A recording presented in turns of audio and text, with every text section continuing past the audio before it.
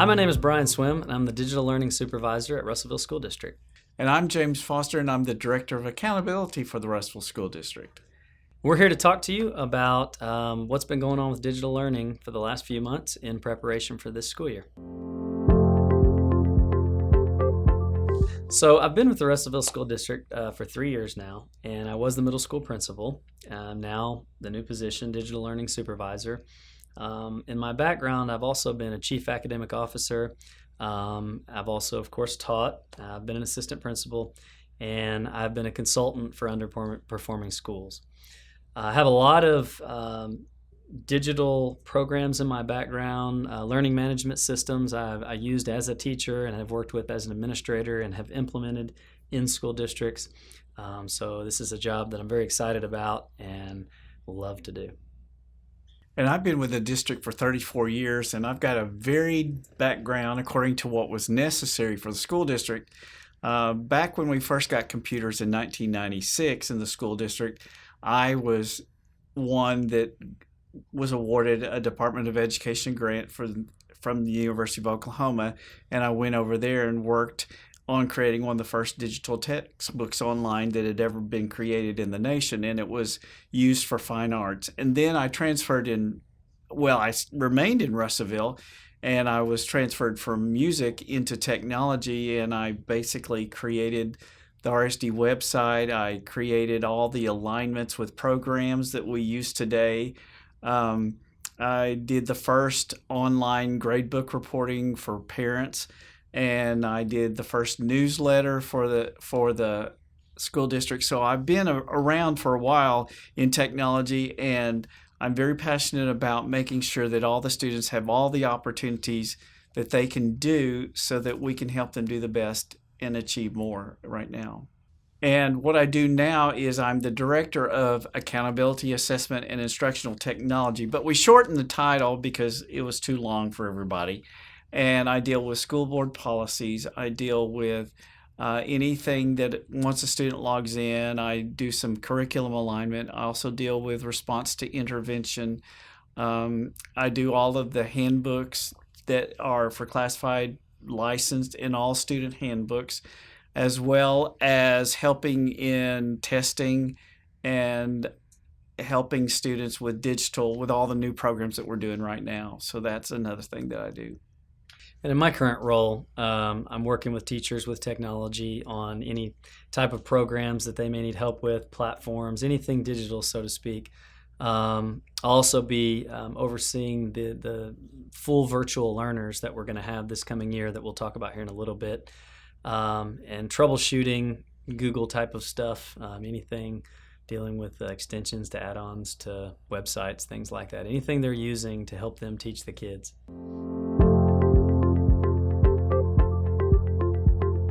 Well, when everything outbreak started and we were sent home, we had to come up with what are we going to do, and so we came up with the AMI plans, and we tried to do the best that we could because it was so immediate that we really didn't have the opportunity to think through things. And so everything came to a head when we found out, school's canceled now for the rest of the year. What does that look like? What does it look like for us? Because COVID wasn't going to go away at that time, and we were going, okay, we've got to start planning. So way back in May, we started having these conversations. Well, what does this look like? What would this look like? And I think through all of those conversations and talking with principals and talking through, we even had some parents that we talked to that we had to come up with some ideas and some options for parents to come through. So we came up with basically 3 options because we were looking for what would be the best solution for those students or for their children, because some parents would not feel at ease sending their children back. So option A is, okay, I'm coming back to school and I'm going to be full-time. I'm going to do exactly what I would do as if nothing had happened.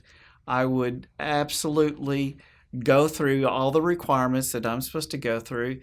And yes, it's not going to be like it was last year, but that's okay. The more that we get used to having to do things unusually, that is the way things become kind of normal then. So the option A is, yes, we're going to jump through some hurdles, but we're going to have it. And then what happens if a parent is not so easy about it? So we have an option B. And option B is basically the same curriculum, but instead of coming to school full time, you're going to be at home, and you're going to make some sort of level of commitment at being at home. But you're still going to answer the questions. You're still going to attend. You're still going to have a teacher. Everything's going to be as normal as what we can make it for the child to be at home. And then based upon whether or not they're at school or if they're at home, they're still getting the same curriculum. So that if they have to go one way or another, they're still with the curriculum and they're still participating. They're still doing extracurricular activities because they can. They're part of a regular teacher, and they can have counselors talk to them. We can provide all the services. And so that's really the thought process behind the on-site learners, which is what we call those who come to school, and then the off-site learners, which is the term we've used basically for option B. And then because of the conversations and the continuing revolving about how everything grows, that's where Bryan starts kicking in, and that's where we have the option C, which is the virtual learners. And why don't you go ahead and talk about the virtual learners? So with option C, a parent, and you can choose that now. We have it on our website. We have the ability to choose option B or C on our website. Option A is automatic. If you don't choose B or C, you'll automatically be an A. But if you choose B or C, we do have a form for you to choose B and to choose C. So the biggest difference there, C is going to be a parent saying, I know I want my student to be at home for at least a semester. And what we will do is we'll put you in a program called Lincoln Learning. Lincoln Learning has all the curriculum and everything, the assessments, everything a student needs to go through the program. You'll have me as a point of contact. We'll have a virtual counselor as a point of contact, and we'll also have an instructional facilitator as a point of contact. And that person will be there to help grade any of the work that's needed to be graded. And if there's academic help that's needed, we can provide that academic help for the student. So we'll have those bases covered. So a couple of the big differences, and of course C is going to be more flexible as far as time goes. I've had some people contact me about,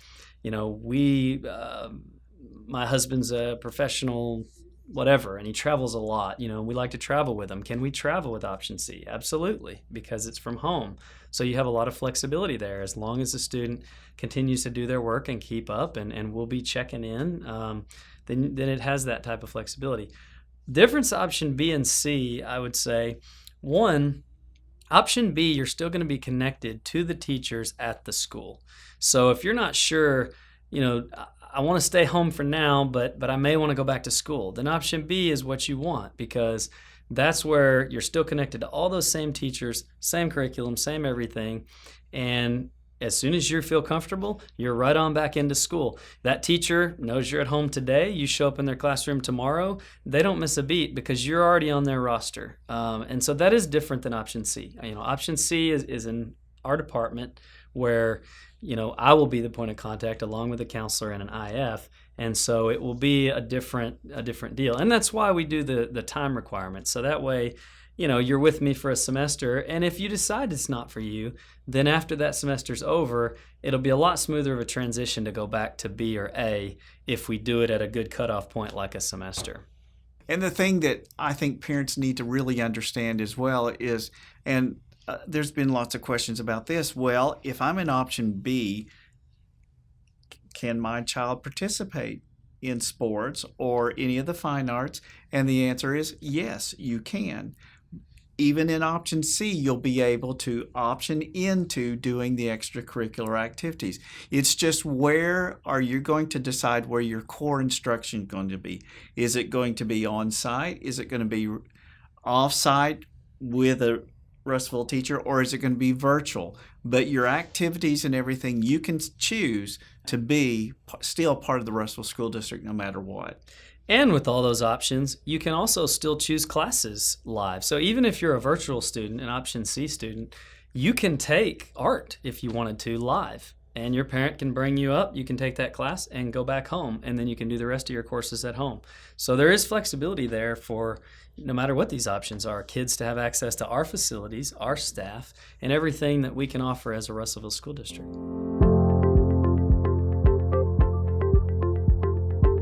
So with option C, as we mentioned earlier, we're using Lincoln Learning, which is a learning management system with built-in content.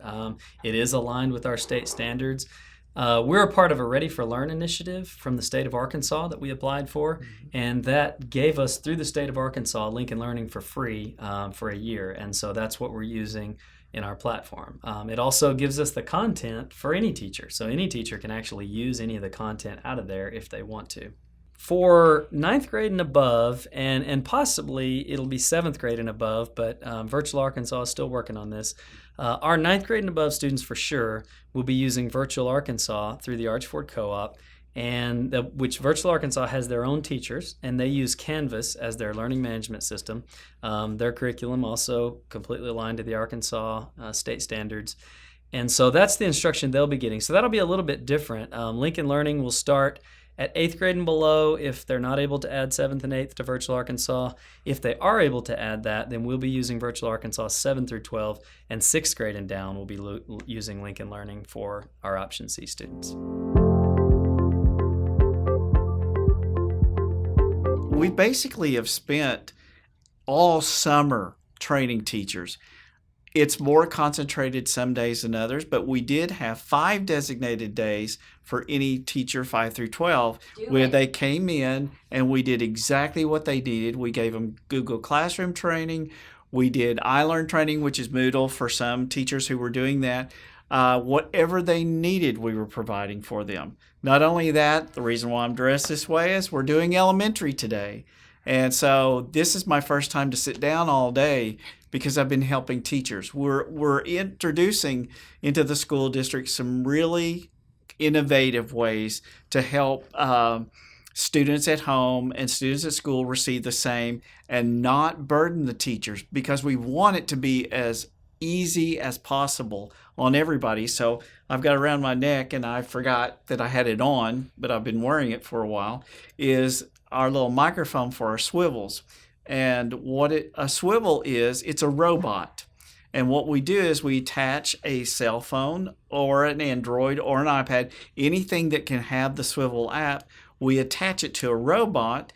And then so when I speak and turn this on, the robot follows me around the room. And so while I'm teaching, it's recording what I'm doing. And so at the end of my lesson, and I can push buttons to do certain things for certain camera angles. I can freeze the robot so that it only focuses on this one thing while I'm teaching.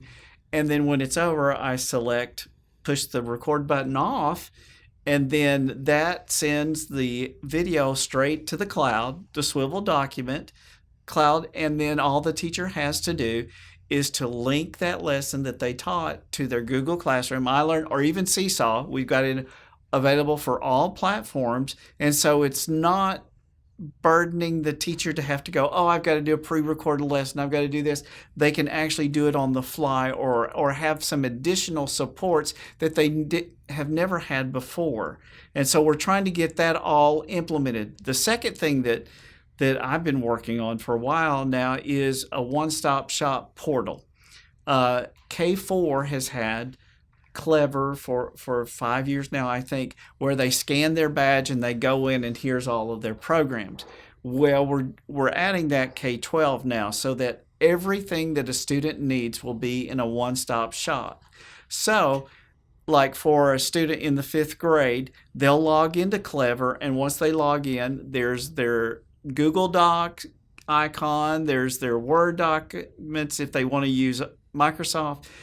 There's their learning management system. They can do K1, they'll pick the Seesaw icon, or there'll be the Google Classroom, or there'll be the Moodle. And then based upon the teachers and what they've told me, here are the icons, here are the programs that they will use. And all they do is they click on that icon and it takes them straight to that program without having to remember another username, another password. It's all right there. And so we've been building that through the weeks, trying to figure out what's the best way to do it. And then after we've got it built. And what we're starting with today is that the teachers can create their own portal page. So what it does is they log in and they go, okay, I'm only going to use this program, this program, this program in my class, and they hide all the other ones. And so when a student logs in, they select who their teacher is, and here's all the programs that they'll use in the classroom, and they don't have to go to the web to search it. It's all in a one-stop shop place for the students. So that's another aid that we're trying to help the students, the parents, and the teachers, an easy way to access all the information, just in case we have to flip from all off-site to on-site, vice versa, anything. It can be used in any situation, on the road, anywhere, so that they'll have access. And so that's the big thing we're working on today. And we're also including e-textbooks, whatever textbooks that we have online. The icon will appear in their Clever portal page. They click it on, and there's their textbook. So they don't have to remember an additional website. It's all right there for them. We've also created a couple of Google Classroom pages, one for teachers and one for parents and students. The teacher page has anything from how do you use Google Classroom to how do you use Clever to how do you use screencasting if you want to pre-record lessons, to how do you use the swivel, to all kinds of different things for teachers to be able to go in and watch help videos. A lot of them we created ourselves. Some of them we pulled from the internet if they already were really good and short. We tried to keep them short to where people just got the information they would want in order to use a program. So we're trying to do that for all the different programs and platforms we use at the Russellville School District. And James started creating one for parents as well. So we started trying to put things in there. So when the school year starts and they're wondering, what's my kids using? How do they use it? All that, then they can go to that Google Classroom page and they can look in and see the different things that the kids are using. So we've tried to put out as much as we can, video-wise, documents, help documents as much as we could to try to help get people ready for the upcoming school year. And of course, we're available if people want to contact us to where we can help.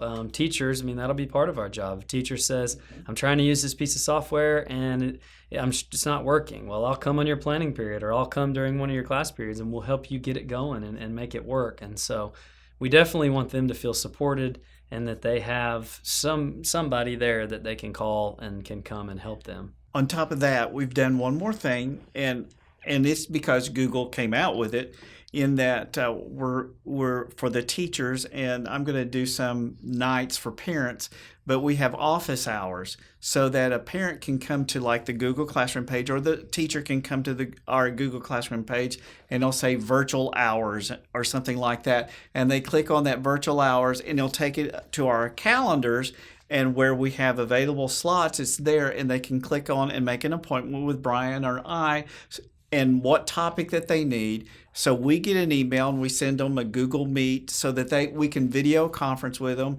or anything that we can do to help those. Because what we're trying to do is model good digital citizenship. And we know one of the things that teachers need help with is the ability to stop teaching. Because we're teachers. We're born that way. We've done it all our lives, and we want to do it 24 hours a day, but we also have lives.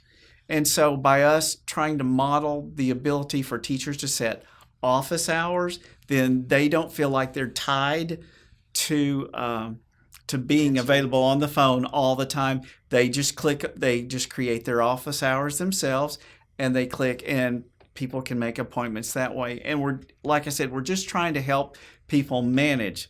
Along in that parent portal page, I'm creating something that's like, how do I deal with my child at home with a one-to-one situation? How do I limit screen time?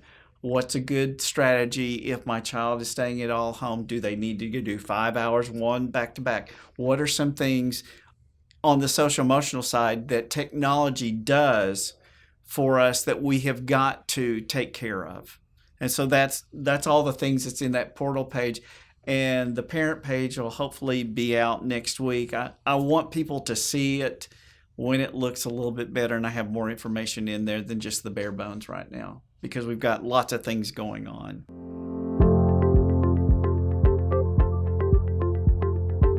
As of right now, as far as technology and internet capabilities, we're very happy.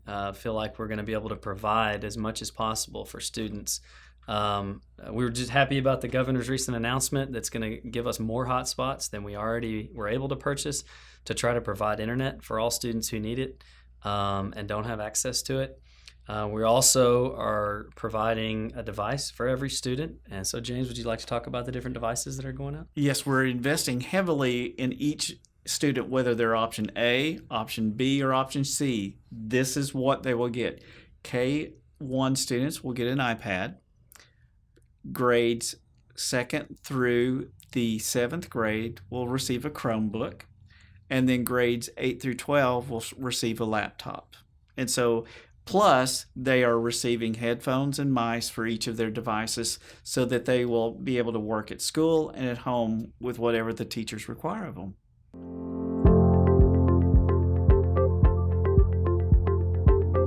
So through this process, I know we've learned a lot, and I think we're going to be better for it coming out on the other side. I think we're going to serve students in a lot of different ways that we didn't even know about before.